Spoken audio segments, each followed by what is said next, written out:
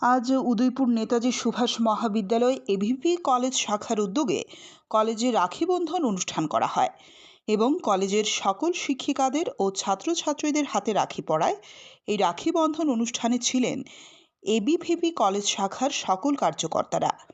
এখানে বক্তব্য রাখেন কলেজ শাখার SFS in charge Joydeb Chowdhury. Bureau report, news অনুসন্ধান।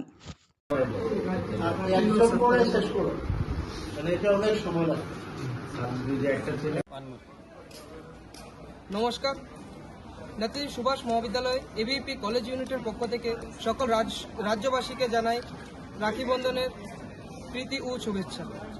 আজ এই রাখি বন্ধন উপলক্ষে কলেজে সকল ছাত্রছাত্রীদের নিয়ে এবং বর্তমান কার্যকর্তাদের নিয়ে রাখি বন্ধন উৎসব পালন করা হয়।